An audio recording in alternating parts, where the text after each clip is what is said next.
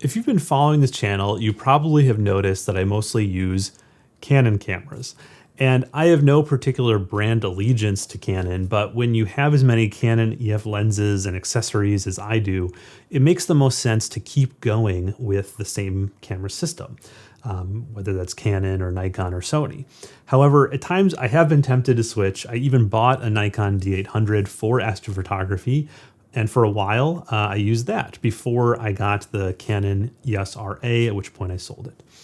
And Nikon cameras are preferred by many astrophotographers over Canon, as their cameras, especially the recent ones, tend to have sensors that are lower noise and more ISO invariant than Canon. The actual reason behind this is because Nikon switched over to using Sony sensors, and Canon still does all their sensor design in-house, and they're just behind Sony in terms of absolute performance of their sensors.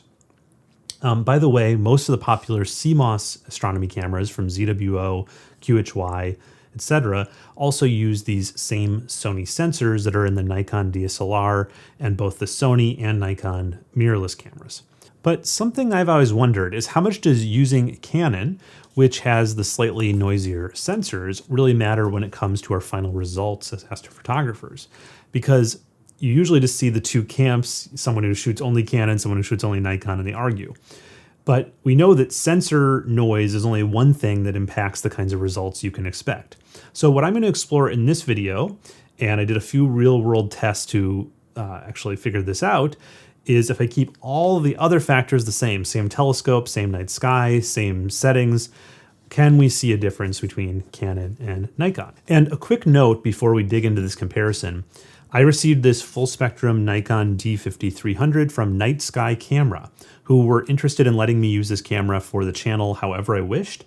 And Night Sky Camera is an awesome business out of Vancouver in Canada, and they sell pre-modified Canon and Nikon DSLRs, or they can also modify your DSLR if it's one of the ones that they work on. And this particular Nikon D5300 is a full spectrum mod, so it can be used for infrared photography with an IR pass filter, and they also changed the positioning of the sensor so that autofocus should still work. I don't have any Nikon lenses to test that, but I do believe them. And so it's a very cool camera. I've had a blast using it, and let's dig in. First, let's look a little bit at the features in this Nikon D5300 compared to your typical Canon DSLR. And I'll be using a modded Canon 60D as my comparator here. It's a bit older, but it's a popular choice to have modded in the Canon world, just like the D5300 is a very popular choice for mods for Nikon. And this is going to be a short section because they're really mostly well matched when it comes to features that would be important to an astrophotographer. Both these models have fully articulating screens that you can fold away, or more importantly, point up, which is huge when pointing up at the night sky and needing to see the screen. And they both have a nice live view option for focusing and star hopping and things like that. On the Canon, you press the Q button to access the quick menu items, and on the Nikon, it's the I button. And that lets you change things like ISO, shooting mode, and those kinds of things quickly. The main difference, and it's definitely a point for Nikon, is the Nikon menu has an internal interval shooting mode in the menu. And this is often called an internal intervalometer.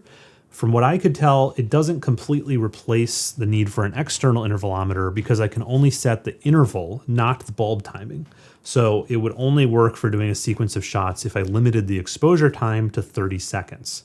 If I wanted to do, for instance, a sequence of 3-minute exposures, I'd still have to use an external intervalometer or a computer to control the camera. So it is a plus for the Nikon because, especially with fast lens-based shooting, I'm often just doing 30-second sub-exposures. Now, outside of the features of the cameras themselves, another thing worth looking at is accessories that you might want to buy to go with the camera.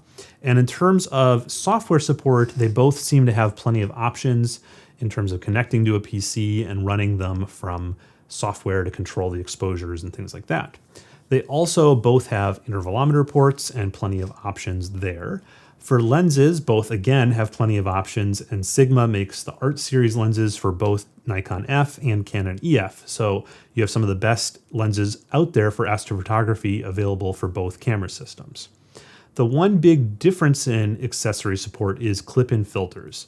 There are so many more for the Canon APS-C bodies, which all have this same internal structure and that accepts this clip-in filter quite easily. It's much more difficult though for Nikon, and the only clip-in filters that I can find for this D5300 are the STC optical filters out of Hong Kong.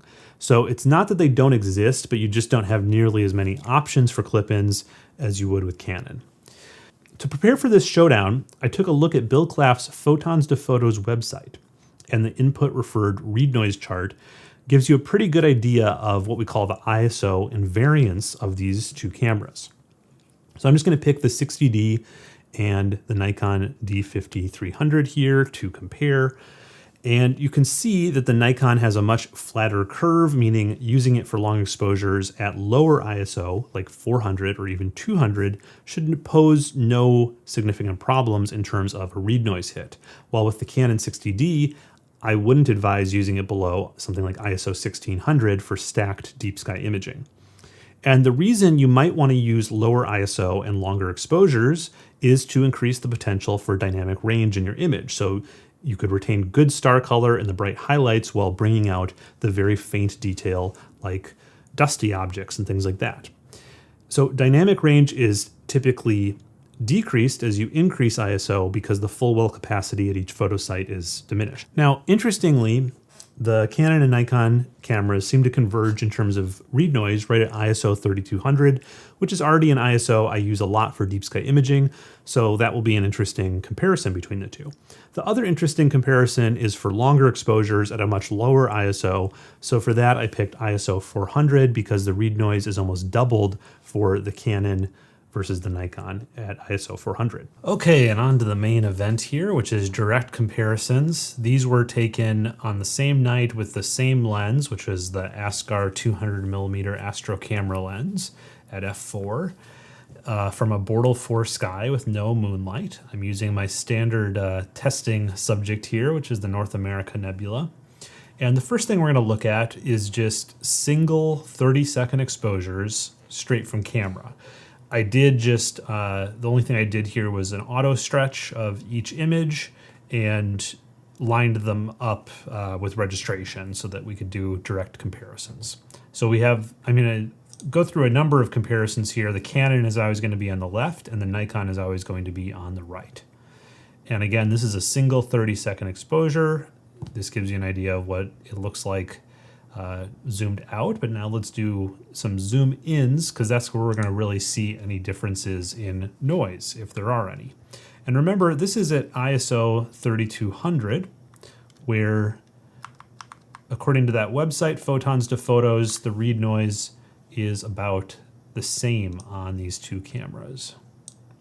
And I think I do see a little bit more noise on the Canon. It just looks a little grainier, and then where there is pops of color, the color is a little bit more intense than here in the single 30-second Nikon. So I'd say it's visually it's pretty close, but the Canon definitely has just a little bit more noise visually in a single 30-second exposure without calibration. Okay, let's next look at that same single 30-second exposure, but now calibrated with bias flats and darks. And again, here's what it looks like zoomed out.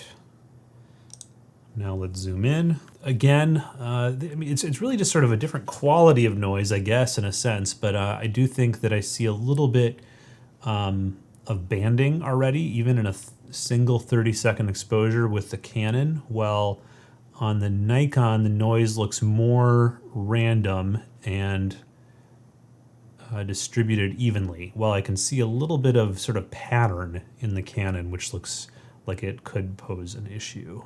Okay, but the proof is going to be in the stacked results. So here is 18 30-second exposures stacked, Canon on the left, Nikon on the right. And these both look pretty good. You can see that there's some color differences, but these are different mods. The Canon is an HA mod.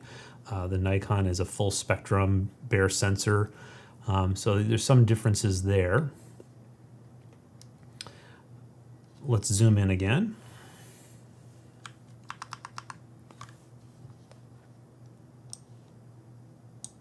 And you know, stacked, I'm seeing much less difference between the two in terms of the noise. You know, probably the Nikon maybe just edges out the Canon, but I'm seeing really about the same level of detail. Let's zoom in even a little bit more. We're getting into sort of blocky stars territory now, but that's okay. That's really close. You know, I think we're seeing a few more stars on the Nikon because it's full spectrum, so we get some of those infrared stars. But you can definitely tell the difference between stars and noise. And in terms of just, you know, the amount of detail shown and the amount of random noise, I really am not seeing a huge difference between these two. Well, I'll let everyone who's watching be the judge here. I'm not seeing much of a difference, which is, I guess, what I expected, to not see a huge difference if the read noise is going to be the same at ISO 3200, but they look pretty close. And again, this is the Canon 60D, 18 frames stacked, the Nikon D5300, 18 frames at 30 seconds, ISO 3200 stacked. Okay, so now onto the final event, and this is where Nikon, I think, has the chance to really show its stuff. We did a single 4-minute exposure at ISO 400, where the read noise on the Canon is double that of the Nikon. And I don't know if you can see this in the video, but I'm already seeing issues here on the Canon, even zoomed out all the way. So I think Nikon is going to beat the Canon here handily, but let's go ahead and zoom in and take a look. Yeah, and so here, this is where, you know, earlier I think when we were looking at Photons to Photos, the website, I said I wouldn't use Canon at below ISO 1600. Part of it is what we call the read noise, but another part here is just that when you get to those lower ISOs on Canon cameras, this horizontal banding really shows up. That's quite noticeable. You can see it here, that really strong line right there. While here on the Nikon, I don't see any banding whatsoever. Otherwise, yeah, even just, you know, if we look at some of these finer details here on the Nikon, they're starting to really come into their own, even in a single 4-minute exposure, because we don't have as much noise. And in the Canon, they're really getting lost in the noise, those dim details. Now, of course, in the high signal areas, there's not going to be nearly as much difference between the two.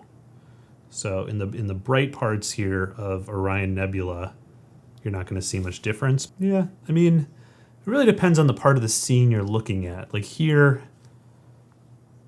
I don't see a huge difference. There's definitely more green noise, it looks like, on the Canon. You can see in this little blue reflection nebula right here, it looks sort of green in the Canon, while it looks better in the Nikon. But it's really here when we just get to the empty sky, you see all of this banding, this horizontal banding going down in the empty sky area, while in the Nikon, the noise is much more evenly distributed throughout. Well, hopefully this gives you an idea. I mean, I can definitely see a difference. It's maybe not as extreme as I was expecting, but there's definitely a difference here, and the Nikon did beat out the Canon in this ISO 400 challenge. So to end with, going back to the title of this video, I'm not going to switch to Team Nikon at the moment. I've developed a style of imaging with Canon cameras where I use full calibration, I work at the right ISO, and that works fine for me. I don't feel like I'm missing so much. But I have nothing against Nikon, and I'll gladly acknowledge that their sensors are more ISO invariant and typically will have lower noise at lower ISOs, which has definite advantages for deep sky imaging. The big downside to Nikon crop sensor DSLRs is that they have very limited clip-in filter selection. So if you're mostly a lens-based shooter rather than a telescope-based shooter, and you want to use filters, then Canon is a better bet for that. Well, there are many other camera brands to try. I think the next one on my list that I'd like to try is Fuji. Not much support for Astro accessories, but they make some really interesting cameras, and I've seen some cool results with Fuji cameras. Hope my reasoning here all made sense. I want to thank Night Sky Camera again for sending this Nikon D5300, which made this shootout possible. Till next time, this has been Nico Carver, nebulaphotos.com. Clear skies.